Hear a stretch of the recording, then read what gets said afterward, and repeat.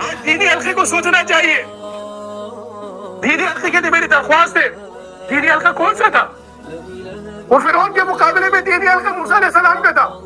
وہ شداد کے مقابلے میں دینی حلقہ ابراہیم علیہ السلام کا تھا.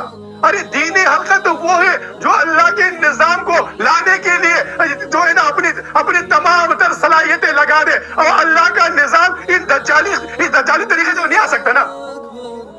دیکھیے ایک طریقہ جو ہے, یہ جو آج کا پارلیمنٹری طریقہ ہے, یہ اسلامی طریقہ تو نہیں ہے. تو پھر انبیاء کا جو طریقہ تھا, اس طریقے پر خلافت کے قیام کے لیے میری درخواست ہے دینی جماعتوں کو کہ وہ روحانی طریقے کی طرف آئے, وہ روحانی انقلاب کی طرف آئے, وہ روحانی کام کی طرف آئے جو حضور نبی کریم صلی اللہ علیہ وسلم جو ختم نبوت کا